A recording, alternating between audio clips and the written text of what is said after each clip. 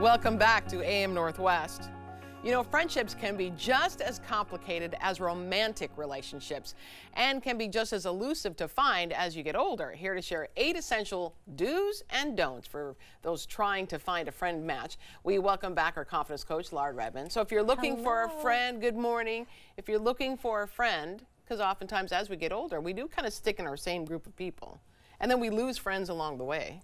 And I hear from so many midlife women that they're just dying to find friends. Right. You know, a lot of women right now have been talking very often about this idea of how do you find a good friend? What is a good friend?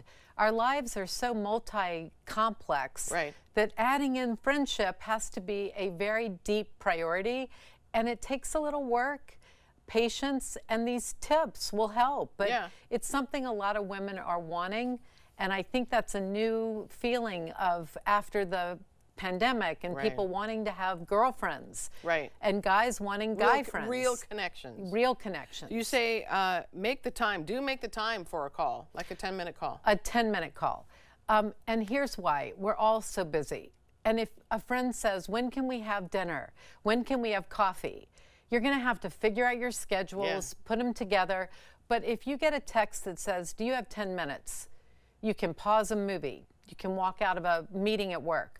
You can take a breather and say, I have 10 minutes. What's going on?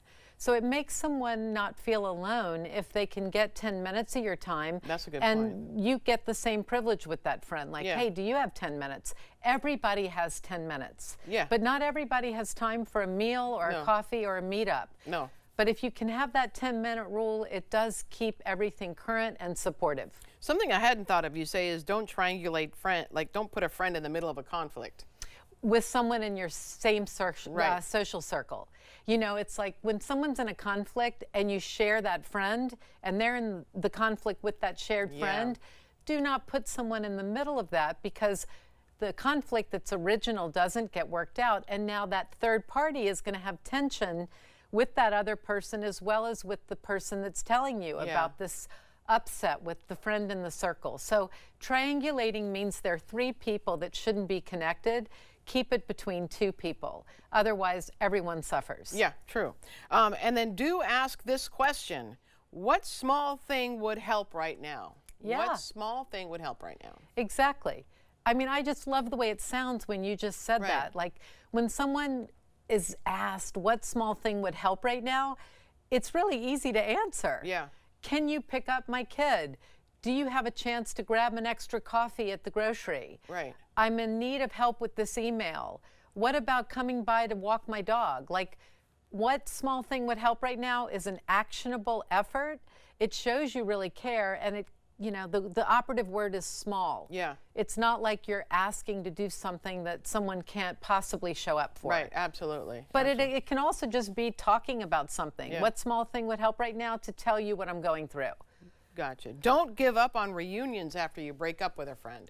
I think this is the one I work the most often with women through, is they'll be in a fight with a girlfriend or a conflict with a girlfriend, and they don't want to ever speak to them again, but then they miss them. And they feel the void in their life because that woman is gone. So you don't want to give up on a reunion option, but the pause and the break is always good. Gives you chance, both of you, a chance to air it out in your own mind. But when you notice that friend isn't done, make the effort. If you miss them, reach out. But only if the other friend is open to it. And they may not be. They may not but be. You can set the stage for the possibility. And always remember to talk about what you're going through, not what they did. Oh, good point. Good point. Reunions are really possible. It's just sometimes they need a lot of time off. Do give honest advice when asked. When asked. Unless it's about a marriage, a family member, or a child. Oh, good one. That's the thing. So if someone says, does this outfit work? And it doesn't, make sure you say something before they buy it or leave the house with that outfit. But if they ask you, is this the right husband? Don't say yes or no. Say, you know what's best, and I trust you, and I'll be here for you no matter what. So in those 3 areas, be careful. Oh, I can think of things where you'd say, nope, not the right guy. Right. And then you find out. That's what I would say. Well, but then they work it out. Yeah. And now all of a sudden. You're the bad person. You're the bad guy. Yeah. Don't date your friend's ex. No matter what. I mean, that's obvious. It seems obvious. I don't know if it is, but I'll also add to that, if your friend is attracted to someone and they ask you out, it's a no. Yeah, okay, gotcha. You know, it's not an ex, but you know they have a crush or they have a thing for that person and they ask you out.